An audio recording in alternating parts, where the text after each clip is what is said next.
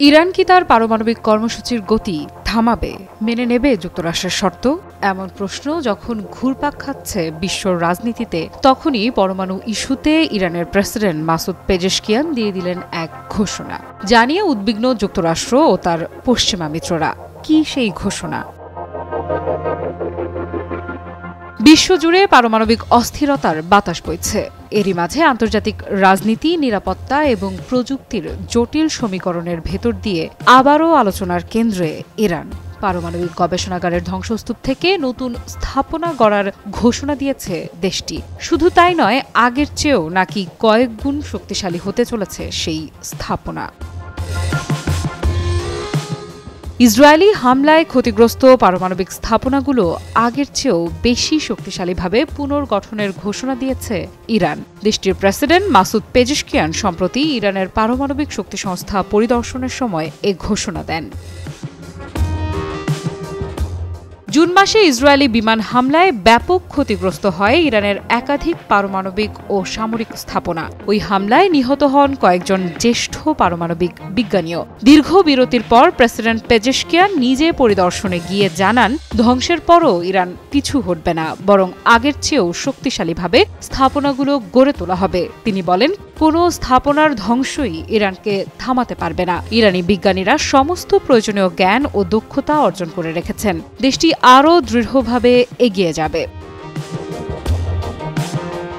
পরিদর্শনের সময় প্রেসিডেন্ট ইরানের পারমাণবিক কর্মসূচির বর্তমান অবস্থা সম্পর্কে কর্মকর্তাদের কাছ থেকে বিস্তারিত ব্রিফিং গ্রহণ করেন। তিনি বলেন, ইরানের কখনোই পারমাণবিক অস্ত্র অর্জনের ইচ্ছা ছিল না, এখনও নেই।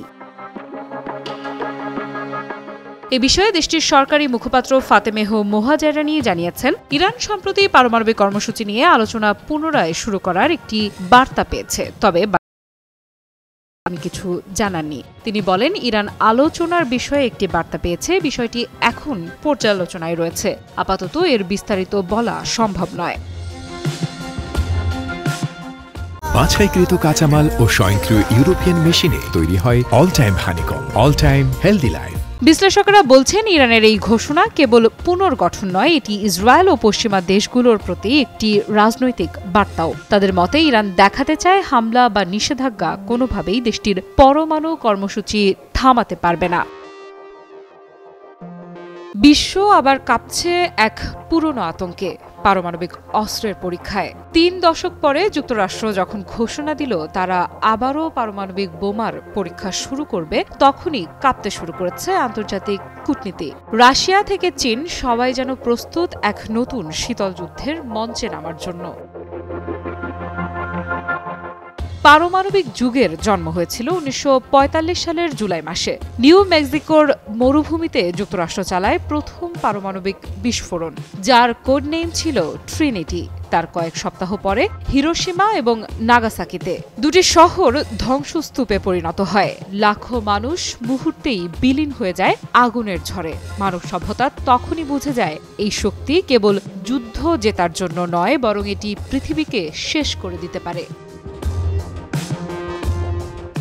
এরপর শুরু হয় এক ভয়াবহ প্রতিযোগিতা। ১৯৪৫ থেকে ১৯৯৬ পর্যন্ত বিশ্বজুড়ে হয়ে গেছে ২০০০-এরও বেশি পারমাণবিক পরীক্ষা। এর মধ্যে যুক্তরাষ্ট্র একাই করেছে ১০৩২টি, সোভিয়েত ইউনিয়ন ৭১৫টি, ফ্রান্স ২১০টি, আর ব্রিটেন ও চীন প্রত্যেকে ৪৫টি করে। প্রথমে আকাশে, পরে সমুদ্রের নিচে, আর শেষ পর্যন্ত মাটির গভীরে। বিস্ফোরণগুলো শুধু শক্তির প্রদর্শন নয়, ছিল ভয় আর ক্ষমতার রাজনীতি। এই পরীক্ষার ভয়াবহ ফল ভোগ করেছে নিরীহ মানুষ। প্রশান্ত মহাসাগরের দ্বীপগুলো, কাজাখস্তান আর আর্কটিকের বিস্তীর্ণ এলাকা হয়ে ওঠে মৃত্যুপুরী। দূষিত মাটি, বিষাক্ত পানি, জন্মগত বিকলাঙ্গতা আর ক্যান্সারে জর্জরিত প্রজন্ম। এক এক করে উঠে আসে প্রতিবাদ। মানুষ চায় শেষ হোক এই মৃত্যু পরীক্ষা। ১৯৯৬ সালে বিশ্ব নেয় এক ঐতিহাসিক পদক্ষেপ। Comprehensive nuclear test ban treaty বা সিটিবিটি এই চুক্তি নিষিদ্ধ করে সব ধরনের পারমাণবিক বিস্ফোরণ। তবে সব দেশ যে এতে বাধ্য তা নয়। যুক্তরাষ্ট্র চুক্তিতে স্বাক্ষর করলেও কখনো অনুমোদন দেয়নি, আর 2023 সালে রাশিয়া সরাসরি তা বাতিল করে। এই ফাঁকটাই আজ আবার খুলে দিচ্ছে এক বিপজ্জনক দরজা, পারমাণবিক প্রতিযোগিতার নতুন যুগের। প্রশ্ন হচ্ছে, কেন আবার পারমাণবিক পরীক্ষা শুরু হচ্ছে? বিশ্লেষকদের মতে দুটি বড় কারণ আছে। প্রথমত প্রযুক্তিগত যাচাই, দ্বিতীয়ত শত্রুর উদ্দেশ্যে শক্তি প্রদর্শনের ভাষা। যুক্তরাষ্ট্রের জন্য এটি রাশিয়া ও চীনের প্রতি এক সরাসরি ইঙ্গিত যে তারা এখনও বিশ্বের পারমাণবিক নেতৃত্বে অটল। কিন্তু প্রতিক্রিয়ায় রাশিয়া স্পষ্ট বলেছে, আমরাও প্রস্তুত। চীনও নীরবে বাড়াচ্ছে নিজেদের পরীক্ষামূলক সক্ষমতা। বিশ্ব যেন আবার ফিরে যাচ্ছে এক অদৃশ্য যুদ্ধের ছায়ায়। বাছাই করা আলু আর স্পাইসি সিজনিং এ প্রাণ পোটাটা চিপস নাকি বিস্কিট খেয়ে বুঝে নাও। ওয়াশিংটন ভিত্তিক আর্মস কন্ট্রোল অ্যাসোসিয়েশন জানায়, রাশিয়ার হাতে রয়েছে 5,580টি ওয়ারহেড, আর যুক্তরাষ্ট্রের হাতে 5,225টি ওয়ারহেড। চীনও দ্রুত বাড়াচ্ছে নিজেদের ওয়ারহেডের সংখ্যা। একসময় 1986 সালে এই সংখ্যা ছিল 70,000-এরও বেশি। আজ তা কমে এসেছে প্রায় 12,000-এ। কিন্তু তবুও পৃথিবীকে বহুবার ধ্বংস করার মতো যথেষ্ট। রাশিয়া, যুক্তরাষ্ট্র, চীন তিন দেশই এখন তাদের অস্ত্র ভান্ডার আধুনিক করছে। প্রযুক্তি যত উন্নত হচ্ছে, ঝুঁকিও তত বাড়ছে। কি চলছে মুসলিম দেশ সুদানে, যার জন্য শত শত মানুষ নিহত হচ্ছে? দেশটির সেনাবাহিনী এবং শক্তিশালী আধাসামরিক গোষ্ঠী র্যাপিড সাপোর্ট ফোর্সেস আরএসএফ এর শক্তির ক্ষমতা দখলের নোংরা খেলায় পিষ্ট হচ্ছে এক জাতির ভাগ্য। বিশ্লেষকরা বলছেন, এই যুদ্ধ কেবল রাজনীতির জন্য নয়, এটি মানবতার বিরুদ্ধে ঘোষিত এক নগ্ন বিদ্রোহ। কিন্তু হঠাৎ করেই কি হলো সুদানে? নৃশংস গৃহযুদ্ধের আরেকটি ধ্বংসাত্মক অধ্যায়ের সূচনা হয়েছে সুদানে। দেশটির সেনাবাহিনীর টানা 18 মাসের অবরোধের পর 26 অক্টোবর সুদানের এল ফাশার শহরকে দখলে নেয় আরএসএফ। এছাড়াও দারফুর সহ দেশটির প্রধান নগরগুলোও এখন আধাসামরিক বাহিনীটির দখলে চলে গেছে, যার কারণে সুদানে জাতিগত বিভক্তির আশঙ্কা তৈরি হয়েছে। সম্প্রতি এক প্রতিবেদনে বিষয়টি নিশ্চিত করেছে ব্রিটিশ সংবাদ মাধ্যম দ্য গার্ডিয়ান। জাতিসংঘের মতে সুদানে ইতোমধ্যেই 1 কোটি মানুষ গৃহহীন। শহরের পর শহর ধ্বংসস্তূপে পরিণত হয়েছে। শিশুদের দেহ বালুর নিচে, মায়েদের দৃষ্টি আকাশে স্থির, যেন নীলনদ আজ রক্তে লাল। বার্তা সংস্থা এপির তথ্যে জানা গেছে, উত্তর দারফুরের একটি হাসপাতালে শতাধিক মানুষকে হত্যা করেছে আরএসএফ বাহিনী, যাদের মধ্যে রোগীও রয়েছে, যার ফলে হাসপাতালগুলো আর হাসপাতাল নেই, সেগুলো এখন মৃত্যু গণনার কেন্দ্র। কিন্তু কিভাবে শুরু হলো আরএসএফ এর এই তাণ্ডব? 26 অক্টোবর আরএসএফ এক বিবৃতিতে জানায়, তারা ভাড়াটে সৈন্য এবং মিলিশিয়াদের কবল থেকে এল ফাশার শহরকে মুক্ত করেছে। এখন শহরটির নিয়ন্ত্রণ তাদের হাতে। এই ঘটনার ঠিক একদিন পরই সুদানের সেনাপ্রধান general Abdel Fattah al Burhan জানান, এল ফাশার শহর থেকে তার বাহিনী সরে গেছে, আর এরপর থেকেই আরএসএফ এর বিরুদ্ধে জাতিগত নিধনের অভিযোগ ওঠে। এদিকে 1 নভেম্বর কুর্দোফান শহর জুড়ে আরএসএফ এর সামরিক ঘাঁটি লক্ষ্য করে যুদ্ধবিমান দিয়ে হামলা চালিয়েছে সুদানের সেনাবাহিনী। এখন পর্যন্ত অন্তত 20টি ঘাঁটিকে লক্ষ্য করে এই হামলাগুলো পরিচালনা করেছে সুদানের রাষ্ট্রীয় সামরিক বাহিনী। এক প্রতিবেদনে বিষয়টি নিশ্চিত করেছে তুরস্কের সংবাদ মাধ্যম আনাদলু আজান্সি। এখন প্রশ্ন হলো, সুদানে এই অচলাবস্থা কিভাবে শুরু হলো? বাছাইকৃত কাঁচামাল ও স্বয়ংক্রিয় ইউরোপিয়ান মেশিনে তৈরি হয় all time honeycomb, all time healthy life. 2019 সালে সুদানের সাবেক প্রেসিডেন্ট ওমর আল বশিরকে উৎখাতের পর দেশটিতে রাজনৈতিক ভারসাম্য ভেঙে যায়। সামরিক ও নাগরিক শাসকের মধ্যে ক্ষমতা ভাগাভাগি নিয়ে দ্বন্দ্ব শুরু হয়। এছাড়াও কুর্দোফান ও দারফুর শহরসহ বিভিন্ন অঞ্চলে জাতিগত ও সামাজিক বিভাজন দেখা দেয়, যার ফলে দেশ জুড়ে উত্তেজনা চরমে পৌঁছে। এরপর 2023 সালের 15 এপ্রিল থেকে সুদানের সেনাবাহিনী এবং আরএসএফ এর মাঝে সশস্ত্র সংঘাত শুরু হয়, যেই সংঘাতকে বন্ধ করতে ব্যর্থ হয় আঞ্চলিক ও আন্তর্জাতিক মধ্যস্থতাকারীরা। জাতিসংঘের মতে এই সংঘাতে এখন পর্যন্ত 20,000-এরও বেশি মানুষ নিহত হয়েছে। পারমাণবিক শক্তির দৌড়ে কি আবারও নতুন অধ্যায় শুরু হচ্ছে মধ্যপ্রাচ্যে? বিশ্ব যখন বিকল্প জ্বালানি খুঁজে ফিরছে, ঠিক তখনই ইরান বলছে তাদের ভবিষ্যৎ টিকিয়ে রাখার উত্তর লুকিয়ে আছে পারমাণবিক খাতেই। রাশিয়ার সঙ্গে নতুন এক চুক্তি সেই ভবিষ্যতের দিকেই বড় পদক্ষেপ। ইরানের আকাশে নতুন শক্তির স্বপ্ন। রাশিয়ার সহযোগিতায় 8টি নতুন পারমাণবিক বিদ্যুৎ কেন্দ্র নির্মাণের ঘোষণা দিয়েছে তেহরান। দেশটির পরমাণু শক্তি সংস্থার প্রধান মোহাম্মদ ইসলামি জানিয়েছেন, ইরান ও রাশিয়ার মধ্যে নতুন পারমাণবিক চুক্তি ইতোমধ্যেই সম্পন্ন হয়েছে। ইসলামি বলেন, এই প্রকল্পের লক্ষ্য শুধুমাত্র বিদ্যুৎ উৎপাদন নয়, বরং দেশের জ্বালানি নিরাপত্তা ও স্বনির্ভরতার ভবিষ্যৎ গড়ে তোলা। চুক্তি অনুযায়ী 4টি বিদ্যুৎ কেন্দ্র নির্মিত হবে দক্ষিণাঞ্চলের বুশেহর এলাকায়, আর বাকি 4টি দেশের বিভিন্ন প্রদেশে, যার সুনির্দিষ্ট অবস্থান শিগগিরই ঘোষণা করবে সরকার। তিনি জানান, ইরানের উত্তর উপকূলেও একটি কেন্দ্র স্থাপনের উদ্যোগ নেওয়া হয়েছে। গোলেস্তান প্রদেশে উপযুক্ত স্থান নির্ধারণ সম্পন্ন হয়েছে এবং প্রাথমিক কাজও শুরু হয়ে গেছে। ইসলামি আরও বলেন, রাশিয়ার প্রযুক্তিগত সহায়তায় নতুন কেন্দ্রগুলো চালু হলে ইরানের পারমাণবিক বিদ্যুৎ উৎপাদন সক্ষমতা পৌঁছাবে 20,000 মেগাওয়াটে, যা দেশের দীর্ঘমেয়াদী জ্বালানি স্বনির্ভরতা ও টেকসই উন্নয়নের পথে এক বিশাল অগ্রগতি। বিশ্লেষকেরা বলছেন, ইসরায়েলের সাম্প্রতিক হামলায় ক্ষতিগ্রস্ত স্থাপনাগুলো পুনর্গঠনের ঘোষণার পর এই নতুন চুক্তি ইরানের জন্য একটি কৌশলগত জবাব হতে পারে। বিশ্ব যখন পারমাণবিক ইস্যুতে তেহরানকে ঘিরে চাপ বাড়াচ্ছে, ঠিক তখনই রাশিয়ার সঙ্গে এমন একটি চুক্তি ইরানের অবস্থানকে আন্তর্জাতিক অঙ্গনে আরও শক্তিশালী করে তুলতে পারে।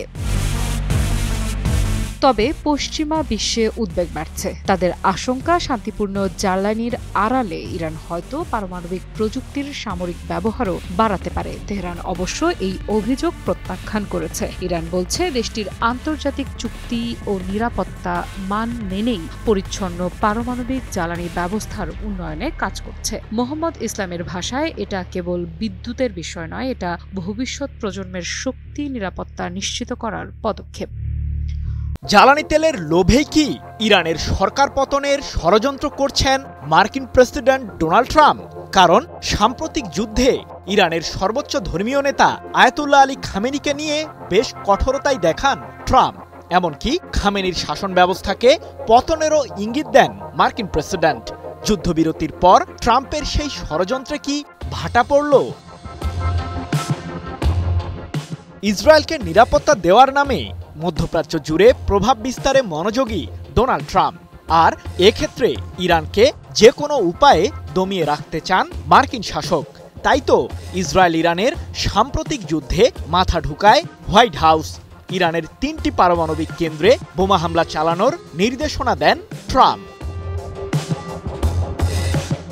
মার্কিন কেন্দ্রীয় কমান্ডের সেই হামলার পরই ইরানের নেতৃত্ব পরিবর্তনের ইঙ্গিত দেন প্রেসিডেন্ট ট্রাম্প। এ প্রসঙ্গে সে সময় তিনি বলেন, শাসন ব্যবস্থার পরিবর্তন শব্দটি ব্যবহার করা রাজনৈতিকভাবে সঠিক নয়, তবে বর্তমান ইরানি শাসন ব্যবস্থা যদি দেশটিকে সঠিক পথে নিয়ে যেতে ব্যর্থ হয়, তাহলে কেন শাসন ব্যবস্থার পরিবর্তন হবে না? তবে সাম্প্রতিক যুদ্ধের মাধ্যমে ইরানের সরকার ব্যবস্থা উৎখাতে ট্রাম্প ব্যর্থ হলেও প্রশ্ন থেকেই যায়, খামেনিকে কেন সরাতে চাইছেন মার্কিন প্রেসিডেন্ট ট্রাম্প? এই প্রশ্নের উত্তর জানতে হলে ফিরে যেতে হবে ইরানে 1953 সালে হওয়া অভ্যুত্থানের দিকে। 1951 সালে গণতান্ত্রিকভাবে ইরানের প্রধানমন্ত্রী নির্বাচিত হয়েছিলেন মোহাম্মদ মোসাদ্দেক। ক্ষমতায় যাওয়ার পরপরই তিনি ইরানের জ্বালানি তেলের দিকে নজর দেন। 1900 সালের গোড়ার দিকে ইরানে তেল আবিষ্কৃত হওয়ার পর থেকে এই খাতের নিয়ন্ত্রণ নেয় তৎকালীন ব্রিটিশ ঔপনিবেশিক শক্তি। তবে ইরানের সাথে যৌথভাবেই জ্বালানি তেল নিয়ন্ত্রণ করত পশ্চিমারা, কিন্তু বিপত্তি বাধল প্রধানমন্ত্রী নির্বাচনের পরই। মোসাদ্দেক প্রধানমন্ত্রী হিসেবে দায়িত্ব নেবার পর দেশটির জ্বালানি খাতকে জাতীয়করণ করার ঘোষণা দেন, যা ব্রিটিশদের মাঝে ক্ষোভ তৈরি করে। এরপরই যুক্তরাষ্ট্রের কেন্দ্রীয় গোয়েন্দা সংস্থার সহযোগিতায় যুক্তরাজ্য সরকার ইরানে একটি অভ্যুত্থান ঘটিয়ে মোসাদ্দেকের সরকারের পতন ঘটায়। আর এরপর মোহাম্মদ রেজা পাহলভির নেতৃত্বাধীন শাহ সরকার ইরানের ক্ষমতা গ্রহণ করে, যেটিকে যুক্তরাষ্ট্র সমর্থিত সরকার হিসেবে আখ্যা দেন বিশ্লেষকরা। মূলত রেজা পাহলভির মাধ্যমে ইরানের জ্বালানি খাত আবারও নিয়ন্ত্রণে চলে যায় পশ্চিমাদের হাতে, কিন্তু ১৯৭৯ সালে বিপত্তি বাধল আবারও। তেহরান এবং ওয়াশিংটনের মাঝে সম্পর্ক যখন গভীর হচ্ছিল, ঠিক তখনই ইরান জুড়ে রেজা পাহলভির একনায়কতন্ত্রের বিরুদ্ধে গর্জে ওঠে ইরানিরা। দেশটির ব্যবসা খাতে পশ্চিমাদের প্রভাবকে মেনে নিতে পারেনি ইরানিরা, যার ফলে ১৯৭৮ সালে ইরানে ইসলামী বিপ্লব শুরু হয়। কঠোর আন্দোলনের মুখে ১৯৭৯ সালের জানুয়ারিতে দেশ ছেড়ে পালাতে বাধ্য হন ইরানের তৎকালীন শাহ হিসেবে পরিচিত রেজা পাহলভি। সেই সাথে ইরানে শুরু হয় আয়াতুল্লাহ রুহুল্লাহ খোমেনির নেতৃত্বাধীন ইসলামী প্রজাতন্ত্র। ইরানের প্রথম সর্বোচ্চ ধর্মীয় নেতা হিসেবে আয়াতুল্লাহ রুহুল্লাহ খোমেনি দেশটিতে নিজের অবস্থান গড়ে তোলেন, যার ফলে পশ্চিমারা আর ইরানে নিজেদের সুবিধা আদায় করতে পারেনি। এরপর ১৯৮০ সালের দিকে ইরানের সাথে কূটনৈতিক সম্পর্ক ছিন্ন করে যুক্তরাষ্ট্র, পাশাপাশি তেহরানের উপর অর্থনৈতিক ও বাণিজ্যিক নিষেধাজ্ঞাও জারি করে। বাছাই করা আলু আর স্পাইসি সিজনিং এ প্রাণ পোটাটা চিপস নাকি বিস্কিট খেয়ে বুঝে নাও। সমরবিদরা বলছেন, ইরানের দ্বিতীয় ও বর্তমান সর্বোচ্চ ধর্মীয় নেতা আয়াতুল্লাহ আলী খামেনির সাথেও সম্পর্ক গড়ে তুলতে ব্যর্থ হয় যুক্তরাষ্ট্র, যার ফলে ইরানের তেলের বাজার সম্প্রসারিত হয় চীন ও রাশিয়ার সাথে, যেটিকে মেনে নিতে পারছে না হোয়াইট হাউস। হঠাৎ পরমাণু বিজ্ঞানীদের সাথে কি করছেন ইরানের প্রেসিডেন্ট মাসুদ পেজেশকিয়ান? যে কোনো সময় কি আবারও ইরানে হামলা চালাতে শুরু করবে যুক্তরাষ্ট্র? ইরানের পারমাণবিক কার্যক্রম পুনরায় চালু করার ঘোষণা দিলেন দেশটির প্রেসিডেন্ট মাসুদ পেজেশকিয়ান। এদিকে পারমাণবিক বোমা তৈরির মূল উপাদান ইউরেনিয়ামের সমৃদ্ধকরণ বজায় রাখার ঘোষণা দিয়েছেন ইরানের পররাষ্ট্রমন্ত্রী আব্বাস আরাকচি, যাকে ঘিরে ব্যাপক উত্তেজনা বিরাজ করছে মধ্যপ্রাচ্যে। কারণ ইরান পারমাণবিক কার্যক্রম পুনরায় শুরু করলে দেশটিতে সামরিক হামলা চালানোর হুমকি দিয়েছিলেন মার্কিন প্রেসিডেন্ট ডোনাল্ড ট্রাম্প। এমন পরিস্থিতিতে ইরান কি আবারও দেখাবে দেশটির সামরিক ক্ষমতা? উত্তেজনার রেশ যেন কাটছেই না। হঠাৎ করেই ইরানের পরমাণু শক্তি সংস্থার কার্যালয়ে পরিদর্শন করলেন ইরানের প্রেসিডেন্ট মাসুদ পেজেশকিয়ান। আর এখানেই তিনি যুক্তরাষ্ট্রের উদ্দেশ্যে দিয়ে দিলেন সবচেয়ে চমকে দেওয়ার তথ্য। পুনরায় শুরু হবে ইরানের পারমাণবিক কর্মসূচি, এমনটি জানিয়ে ইরানের প্রেসিডেন্ট বলেন, ভবন এবং কারখানা ধ্বংসের মাধ্যমে তারা আমাদের কোনো ক্ষতি করতে পারবে না। আমরা পুনর্নির্মাণ করব এবং আরও শক্তি অর্জন করব। ২রা নভেম্বর এক প্রতিবেদনে বিষয়টি নিশ্চিত করেছে ব্রিটিশ বার্তা সংস্থা রয়টার্স। গত জুনে ইসরায়েলের সমর্থনে ইরানের ৩টি পারমাণবিক কেন্দ্রে বোমা হামলা চালায় মার্কিন কেন্দ্রীয় কমান্ড। সে সময় যুক্তরাষ্ট্রের প্রেসিডেন্ট ট্রাম্প তেহরানের উদ্দেশ্যে জানিয়ে দেন, ইরান যদি আবারও পারমাণবিক কর্মসূচিতে ফিরে, তাহলে পুনরায় দেশটিতে হামলা চালাবে মার্কিন কেন্দ্রীয় কমান্ড। তাহলে কি যুক্তরাষ্ট্রকে গুনছেই না ইরান? যুক্তরাষ্ট্র যখন ইরানে আবারও হামলা চালানোর হুমকি দিচ্ছে, তখন ইউরেনিয়াম সমৃদ্ধকরণের বার্তা দিলেন আব্বাস আরাকচি। ক্ষেপণাস্ত্র ও পারমাণবিক কর্মসূচি নিয়ে যুক্তরাষ্ট্রের সাথে সরাসরি আলোচনায় বসার কোনো ইচ্ছা নেই তেহরানের, এমনটি জানিয়ে ইরানের পররাষ্ট্রমন্ত্রী বলেন, ইউরেনিয়াম সমৃদ্ধকরণ বন্ধ করব না আমরা। ওয়াশিংটনের সাথে আমাদের সরাসরি আলোচনার কোনো ইচ্ছা নেই, তবে পরোক্ষভাবে তাদের সাথে একটি চুক্তি হতে পারে। সম্প্রতি জাতিসংঘের পরমাণু সংস্থা IAEA এর প্রধান রাফায়েল গ্রসি দাবি করেন, ইরানের কাছে এখনও ৪০০ কেজি ইউরেনিয়াম রয়েছে, যার বিশুদ্ধতার মাত্রা ৬০%। দেশটি চাইলে নিমিষেই এগুলোকে ৯০% উন্নীত করতে পারবে, যা দিয়ে ১০টি পারমাণবিক অস্ত্র বানানো সম্ভব। তবে ইরানের পারমাণবিক কার্যক্রম সম্পূর্ণ শান্তিপূর্ণ উদ্দেশ্যে এগিয়ে নেওয়া হচ্ছে বলে বারবার দাবি করছে দেশটির সরকার, কিন্তু এ দাবিকে মানতে নারাজ যুক্তরাষ্ট্র ও ইসরায়েল সহ পশ্চিমারা। রাশিয়া তাদের নতুন পারমাণবিক সাবমেরিন খাবারভস্ক আনুষ্ঠানিকভাবে উদ্বোধন করেছে। এই সাবমেরিনটি বহন করবে পানির নিচে চলা পারমাণবিক ড্রোন পোসাইডন, যাকে অনেকে ডুমসডে মিসাইল বা প্রলয়াস্ত্র বলে আখ্যা দিয়েছেন। সম্প্রতি রুশ প্রতিরক্ষামন্ত্রী আন্দ্রেই বেলোসভ সেভমাস জাহাজ ঘাঁটিতে আয়োজিত এক অনুষ্ঠানে সাবমেরিনটির উদ্বোধন করেন। এ সময় উপস্থিত ছিলেন রাশিয়ার নৌবাহিনীর প্রধান অ্যাডমিরাল আলেকজান্ডার মোসেয়েভ এবং জাহাজ নির্মাণ খাতের শীর্ষ কর্মকর্তারা। বেলোসভ বলেন, আজ আমাদের জন্য একটি গুরুত্বপূর্ণ দিন। বিখ্যাত সেভমাস থেকে ভারী পারমাণবিক ক্ষেপণাস্ত্রবাহী ক্রুজার খাবারভস্ক পানিতে নামছে। রাশিয়ার প্রতিরক্ষা মন্ত্রণালয় জানিয়েছে, সেভমাস এই সাবমেরিনটি তৈরি করেছে আধুনিক পানির নিচের অস্ত্র ও রোবোটিক সিস্টেম বহনের উপযোগী করে। এটি ডিজাইন করেছে রুবিন নামের মেরিন ইঞ্জিনিয়ারিং ডিজাইন ব্যুরো। রুশ সংবাদ সংস্থা তাস জানিয়েছে, সাবমেরিনটি দেশের সামুদ্রিক সীমা রক্ষায় এবং বিশ্বজুড়ে রাশিয়ার স্বার্থ সুরক্ষায় গুরুত্বপূর্ণ ভূমিকা রাখবে। রুশ দৈনিক কমার্সান্ট জানিয়েছে, খাবারভস্ক শ্রেণীর সাবমেরিনগুলো ভবিষ্যতে পোসাইডন ড্রোন বহনের প্রধান প্ল্যাটফর্ম হিসেবে কাজ করবে। গত সপ্তাহে রাশিয়া ঘোষণা দেয় যে তারা সফলভাবে পানির নিচে একটি পোসাইডন ড্রোনের পরীক্ষা সম্পন্ন করেছে। এই ড্রোনে রয়েছে পারমাণবিক শক্তিচালিত ইঞ্জিন। এ বিষয়ে রুশ প্রেসিডেন্ট ভ্লাদিমির পুতিন জানিয়েছেন, এই ড্রোনটি একটি মাদার সাবমেরিন থেকে উৎক্ষেপণ করা হয়েছে। এতে একটি ক্ষুদ্র আকারের পারমাণবিক রিয়্যাক্টর ব্যবহৃত হয়েছে, যা কৌশলগত সাবমেরিনে ব্যবহৃত রিয়্যাক্টরের চেয়ে অনেক ছোট। রুশ নিরাপত্তা পরিষদের উপপ্রধান দিমিত্রি মেদভেদেভ এই পোসাইডন ড্রোনকে বলেছেন ডুমসডে মিসাইল। রুশ পার্লামেন্টের প্রতিরক্ষা কমিটির চেয়ারম্যান আন্দ্রেই কার্তাপোভ বলেছেন, এটি পুরো উপকূলীয় একটি দেশ ধ্বংস করে দিতে সক্ষম।